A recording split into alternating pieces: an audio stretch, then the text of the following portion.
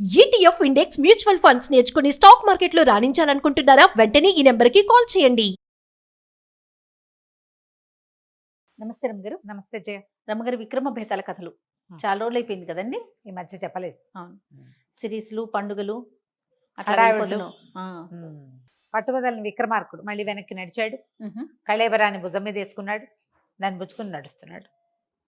కళేబరాన్ని ఆశ్రయించుకుని ఆవహించి ఉన్న భేతాళుడు, రాజా నీకు మార్గాయాసం తెలియకుండా ఒక కథ చెప్తాను అని చెప్పి ఆ కథ ఏమిటో విందాం.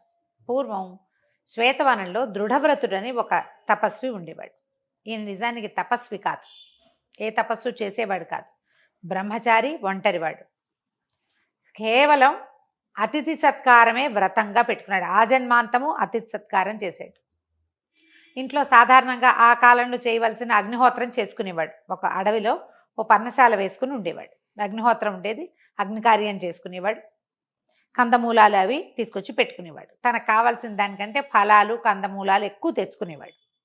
ఆ దారిన పోయే ఎవ్వరికైనా అతిథి సత్కారం చేసేవాడు. ప్రతిరోజు ఎవరో ఒక అతిథి ఉండేవాడు అతనికి. అతిథి సత్కారమే అతని వ్రతం. ఇక తపస్సు గిపస్సు ఏం లేదు. కానీ అడవిలో ఉండటం వల్ల ఏకవస్త్రంతో, అంటే ఈ నార బట్టలు కట్టుకోవడం, ప్రజలు అందరూ ధరిచే నేత బట్టలు అవి ఆయనకి లేవు. తపస్విగానే కనపడేవాడు. అట్లా ఎన్నేళ్ళో చేశాడట దృఢవ్రతుడు. అయితే ఒకనాటి రాత్రి కొంచెం వర్షాకాలము, పెద్దగా పళ్ళు గిళ్ళు ఏమీ లేవు. ఎవరో తలుపు కొట్టారు. ఒక ఆజానుబాహు ఋషి స్వరూపుడుగా కనపడుతున్న ఒక ఆయన నిలబడి ఉన్నాడు వాకిట్లో. వానగా కూడా ఉంది. తలుపు తీశాడు. తీసి, అయ్యా నమస్కారం, దయచేయండి, అది పూట నా ఆతిథ్యం స్వీకరించి ఇక్కడ నిద్రించి రేపు ఉదయం వెళ్దురు కానీ వానగా కూడా ఉంది అన్నాడు. అనేసరికల్లా ఆ వచ్చిన ఆయన అన్నాడు, నన్ను లోపలికి రమ్మంటే నేను ఒక్కడిని రాను, నా వెనకాల 7 వస్తారన్నాడు. పర్వాలేదు రండి అన్నాడు. ఆయన ఒక్కడిని పిలవల, 7 వెనకాల 7, మొత్తం 8 మంది, అందరూ ఋషులల్లే ఉన్నారు. లోపలికి వచ్చారు. ఇతను ఏం చేశాడు, గబాలన, అయ్యో 7 రమ్మన్నా కానీ అంత తిండి లేదు మన దగ్గర, 2 పళ్ళు 2 దుంపలు ఉంటాయి, వీళ్ళందరికీ ఏం పెట్టేమి మనం అని ఆలోచించి, పోనీ ఇప్పుడు బయటికి వెళ్దామంటే రాత్రి అయిపోయింది, వర్షం పడుతోంది, ఏం పళ్ళు ఏ దుంపలు దొరుకుతాయి, వాన, అర్ధరాత్రి, లేట్ నైట్. సరే ఈయన ఏం చేశాడు, ఈయన ముందు గది ఒకటి ఉంది, పెద్ద వసారా లాంటిది, లోపల అగ్నికార్యం చేసేది ఒక ఇది ఉంది. అగ్నిహోత్రం దగ్గరికి వెళ్ళాడు. వెళ్ళేసరికల్లా ఈయన ఒక 2 పళ్ళు 2 దుంపలు గోడల దగ్గర పెట్టేవాడు. ఆ 2 దుంపలు 2 పళ్ళ స్థానంలో ఇన్నిన్ని కందమూలాలు ఇన్నిన్ని ఫలాలు కనపడ్డాయి. ఆశ్చర్యపోయాడు. వీళ్ళ మహత్యం కాబోలు, 2 ఉండాలి, ఇన్నొచ్చినాయి అని చెప్పి సరే సంతోషించి, నా వ్రతం చెడట్లేదని మరి ఆ పళ్ళన్నీ పట్టుకెళ్ళి వాళ్ళ 8 మందిని కూర్చోబెట్టాడు. సరే ఒళ్ళు తుడుచుకోవడానికి ఏదో చిన్న వస్త్రం లాంటిది ఇచ్చాడు. అందరూ వానబడింది, మొహము తలలు తుడుచుకున్నారు. ఈ పళ్ళు అందరికీ పెట్టి, నేను దుంపలు కాల్చుకొస్తానండి అని వెనకాల ఒక పెద్ద కుంపటి ఉంటే దుంపలన్నీ చక్కగా కాల్చి పక్వం చేసి పట్టుకెళ్ళాడు. అన్ని ఆకుల్లో పెట్టి అందరికీ దుంపలు కూడా వడ్డించాడు. దుంపలు కూడా హాయిగా తిన్నారు.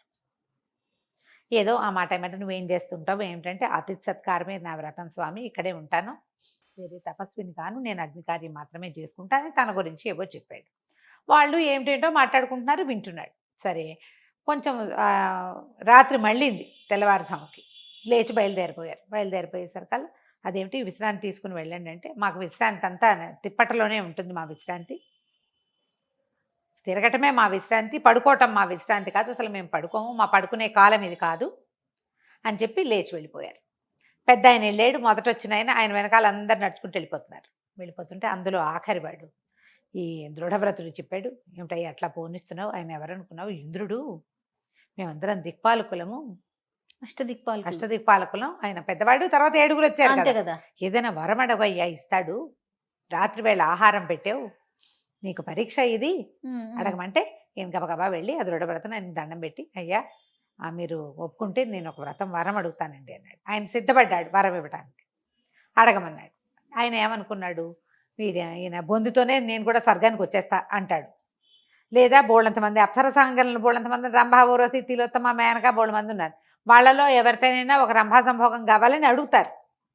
మామూలుగా వీళ్ళు ఎవరైనా అసమంటిది ఏదో అడుగుతాడని ఐశ్వర్యం, అంతకంటే ఏం అడుగుతారు, నీ ఇష్టం అన్నాడు. అనేసరికల్లా ఈయన అన్నాడు, అయ్యా అతిథి సత్కారం చేయటమే నా యొక్క ఇదండి, అయితే అతిథులకి కాలక్షేపంగా ఉండటానికి నేను పాచికలాడేందుకు నాకు మనుషులు కావాలి, ఎవరితో పాచికలాడినా నేనే గెలిచేలాగా వరం ఇవ్వండి నాకు అన్నాడు. బాగుంది. నాతో పాచికలాడడానికి రోజు మనుషులు రావాలి, వాళ్ళు నా చేతిలో ఓడిపోవాలి. బాగుంది. సరికదా ఇంత క్షుద్రమైన వరం లాగా తోచింది ఆయనకి. ఆ, ఆ. కానీ అతను అవేవైనా అడిగితే ఒప్పుకునేవాడు ఆయన సంతోషంగా. ఏమనాలి, ఒప్పుకున్నాడు. ముందు తను ఇస్తానన్నాడు కాబట్టి మాట ఇచ్చేసాడు. అలాగేలే అని 2 పాచికలు సృష్టించి చేతిలో పెట్టాడు. వీటితో ఆడుకో, నువ్వే గెలుస్తావులే అని వెళ్ళిపోయాడు. మొత్తం గుంపంతా వెళ్ళిపోయింది. దండం పెట్టి పంపించేశాడు. ఇక మర్నాటి నుంచి చుట్టుపక్కల ఆశ్రమాల వాళ్ళు ఎవరో ఒకళ్ళు ఈయనతో ఆడడానికి వచ్చేవాళ్ళు. కాసేపు పాచికలాడి ఓడిపోయేవాళ్ళు. పందాలు లేవు, ఆహా. ఆటే, డబ్బేం కాదు, ఏమీ లేదు, ఆట. అంతే. ఓడిపోయేవాళ్ళు అంతే. అక్కడి నుంచి ఈయన పండో ఫలమో దుంపో ఏదో చక్కగా పెట్టేవాడు. ఆయన అతిథి సత్కారం ప్రతిరోజు జరిగేది. అతనికి కావాల్సింది ఏమిటి మెయిన్? తన చేతిలో ఓటమి పాలవటం. అతిథి సత్కారం. రోజు ఎవరైనా తన దగ్గర తినడానికి రావాలి. ఓకే, అంతవరకు బాగుంది. మళ్ళీ ఆట ఆట ఇప్పుడు ఆడేటప్పుడు నేనే గెలుపొందాలని ఒక్కొక్కళ్ళకి అనిపించచ్చు కదా, వ్యసనం కదా ఆట అనేది. ఓకే. ఆటలో నాది పైచేయి కావాలని కోరుకున్నాడు అంతే. ఆయన ఏం పందెం పెట్టి ఎవరి దగ్గర ఏమి పుచ్చుకోలా. ఆటలో నేను గెలుపొందాలని కోరుకున్నాడు. ఎప్పుడు ఎవరితో ఏ కాన్ఫ్లిక్టు రాలే ఆయనకి. భూలోకంలో ఉన్న నాళ్ళు చక్కగా అందరితోటి ఆడేవాడు, గెలుపొందేవాడు. చక్కగా వాళ్ళు ఈయనకి తెచ్చిన కందమూలాలు ఫలాలు తినేవాళ్ళు, హాయిగా సంతోషంగా. ఏ రోజు కారు అమ్మయ్య ఇవాళ నా వ్రతం పరిసమాప్తయిందని దండం పెట్టుకునేవాడు. కొంతకాలానికి ఈయనకి కాలం చెల్లింది. యమభట్లు వచ్చారు. ఈయన తన పాచికలు చేత పుచ్చుకుని పోయాడు. పాచికలు కూడా పుచ్చుకుని వెళ్ళాడు. వెళ్ళేసరికల్లా పైకి వెళ్ళాక చిత్రగుప్తుడు చిట్టా తీశాడు. ఎవరినైనా ముందు నరకానికే తీసుకెళ్తారు. యమధర్మరాజే వీళ్ళ పాప పుణ్యాలు బేరీజ్ వేస్తారు. వేశాక ఇతను చాలా అద్భుతమైన వ్రతం ఉంది ఈయనకి. నిత్య అతిథి సత్కారం వ్రతం చాలా అద్భుతంగా చేశాడు. ఈయనకి స్వర్గమే లభించాలి. కాకపోతే ఈయనకి వ్యసనం ఉంది, వ్యసనపరత్వం. ఆ వ్యసనపరత్వం వల్ల అంటిన పాపం వల్ల ఈయనకి ఇలా నరకలోక సందర్శనం మాత్రమే ఉంది అని చెప్పారు. నరకలోకంలో చూపించాలి, మొత్తం శిక్షలన్నీ చూపించి పంపించేస్తారు. అదే ఆయన శిక్ష. అక్కడి నుంచి ఈ నరకలోకంలో అన్ని నరకాలకి ఏమున్నాయి కదా, అంధకూపం అవి ఇవి బోల్డ్ అన్ని అవన్నీ చూపించేశారు. కదా ఈయనకు బాధ వచ్చేసింది. ఏమిటి, నేను గెస్ట్ని కదా, వీళ్ళకి గెస్ట్లకి ఇవన్నీ చూపిస్తారా? చాలా కష్టంతో వచ్చింది. చాలా బాధపడి యమధర్మరాజు అన్నాడు, ఏమిటండి వీళ్ళందరికీ ఇన్ని కష్టాలు ఉన్నాయి అంటే, ఎవరు చేసుకుని పాపం వాళ్ళు అనుభవిస్తారని. అయితే ఓ పని చేద్దామండి, నాతో పాచికలాడండి మీరు. ఒకవేళ నేను కనుక ఓడిపోయాను అనుకోండి, నేను ఓడిపోతే నేను చేసిన సమస్త పుణ్యము ధారపోసి నాకు మరు జన్మ వచ్చేదాకా నరకంలోనే ఉంటా, స్వర్గం అడగను, ఇక్కడే ఉంటా. మీరు ఓడిపోతే ఇక్కడ ఉన్న పాపలందరినీ నాతో పంపించేసేయండి స్వర్గానికి అని ఒప్పుకున్నాడు. అని అడిగేసరికల్లా యమధర్మరాజు ఇప్పుడు ఏంటంటే పాచికలు అనేది ఒక ద్యూతం. ఆ ద్యూత క్రీడకి రా అని పిలిస్తే రానని అనకూడదు, అదొక ధర్మం. ఓహో, మళ్ళీ ఇదొకట మహాభారతంలో ఉంది. ఎవరైనా ఆటకు పిలిస్తే నేను రానని అనకూడదు, అదొక నియమం. సరే పిలిచాడు కదా, చిత్రగుప్తుడు ఎత్తి నోరు బతుకున్నాడు. వద్దనైనా ఆయన వాడి చేతిలో ఓడిపోతావు నువ్వు అని చెప్పినా సరే ఆయన వినలా. ఆడేసరికల్లా దృఢవ్రతుడు గెలిచాడు, యమధర్మరాజు ఓడిపోయాడు. పందానికి కట్టుబడి, అప్పటిదాకా పందెం వాళ్ళ దృఢవ్రతుడు ఎప్పుడు ఫస్ట్ టైం పందానికి కట్టుబడి యమధర్మరాజు ఏం చేశాడు, నరకంలో ఉన్న జనం అందరినీ పంపించేసి తీసుకుపోయాడు. స్వర్గ ద్వారాలు తెరుచుకున్నాయి. ఈయన లోపలికి వెళ్తుంటే ఆ వెనకాల వాళ్ళని స్వర్గ వాకిట్లో ఉన్న కావలివాడు రానివల్ల.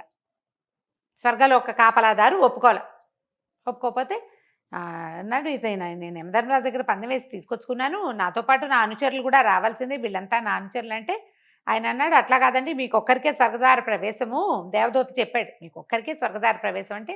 అలాగా, అయితే మీ దేవేంద్రుడి దగ్గరికి వెళ్ళి అడిగిరా, ఆయన ఒక్కడే నా తలుపు కొట్టాడు, ఆయన వెనకాల ఉన్న వాళ్ళని నేను రావద్దని అనలేదే, 7గురిని రమ్మన్నాడు కదా. అందరినీ రమ్మన్నాను కదా, ఇప్పుడు అందరినీ రమ్మంటాడో వద్దంటాడో ఇంద్రుడిని అడిగి చెప్పమన్నాడు. దేవదూత పరిగెత్తుకుంటూ పోయాడు దేవేంద్రుడి దగ్గరికి. మీరు ఎవరింటికో వెళ్ళారట, అక్కడేమో మీరు ఒక్కళ్ళే తలుపు కొట్టి మీ వెనకాల వచ్చిన జనాలందరికీ ఆయన ఆశ్రయం ఇచ్చాట, ఇప్పుడు ఆయన వచ్చి మనవాకిట్లో నుంచున్నాడు, నరకంలో ఉన్న పాపులందరినీ పుచ్చుకొచ్చాడు, వాళ్ళందరినీ ప్రవేశపెట్టమంటారా ఏం చేయమంటారు అని ఆలోచించి ప్రవేశపెట్టు అని చెప్పాడు. అప్పుడు దృఢవ్రతుడు ఎవరెవరిని తీసుకొచ్చాడో వాళ్ళందరికీ స్వర్గలోక వాసన లభించింది. ఆయన ఎన్నాళ్ళు ఉంటే వాళ్ళంతా కూడా అక్కడ అన్నాళ్ళు ఉన్నారు. ఈ కథ చెప్పాడు బేతాళి. దేవేంద్రుడు ఓడిపోయాడా అని అడిగాడు. ఓడిపోయినట్టే కదా, ఒప్పుకున్నాడు, ఓటమిని ఒప్పుకున్నాడు దేవేంద్రుడు. అవునా కాదా అంటే అప్పుడు రాజు నవ్వాడు. ఓటమిని ఒప్పుకోవటం కాదు, ఇప్పుడు ఇందులో దృఢవ్రతుడు గెలిచినట్టు దేవేంద్రుడు ఓడినట్టు కాదు. దృఢవ్రతుడు మహా అద్భుతమైన వ్రతం ఉన్నవాడు. అతను సంపాదించిన పుణ్యం చాలా ఎక్కువ. సాక్షాత్తు అష్టదిక్పాలకులు కూడా ఆహారాన్ని ఇవ్వగలిగినంత గట్టి వ్రతం ఉన్నవాడు. అతని పుణ్యబలం గెలిచింది. అతని పుణ్యం వల్ల, అతని పుణ్యమే వాళ్ళందరికీ కూడా సరిపోతుందని రానిచ్చాడు. కానీ దేవేంద్రుడు ఓడిపోయి ఇది దృఢవ్రతుడు గెలిచినట్టు కాదు, ఇక్కడ ధర్మం అట్లా నడవదు అని చెప్పాడు మన విక్రమార్కుడు. చెప్పగానే భేతాళుడు ఒప్పుకున్నాడు. కరెక్ట్గా చెప్పావు, ధర్మాన్ని ఎవడు పట్టుకుంటే వాళ్ళందరికీ, వాడి తోకపుచ్చుకుని వాళ్ళందరికీ ఆ ధర్మమే వర్తిస్తుంది. ఇది పాయింటే. కానీ నువ్వు మౌనభంగం చేసావు కదా, నేను వెళ్ళొస్తాను అని శవంతో సహా వెనక్కి వెళ్ళిపోయాడు. మళ్ళీ పట్టువదలని విక్రమార్కుడు వెనక్కి నడవడం మొదలుపెట్టాడు. కథ కంచికి మనం ఇంటికి. భలే ఉంది రమ్మగారు, చాలా ఇంట్రెస్టింగ్ అనిపించింది. బాగుంది కదా, చాలా చాలా బాగుంది. నమస్తే అండి. నమస్తే.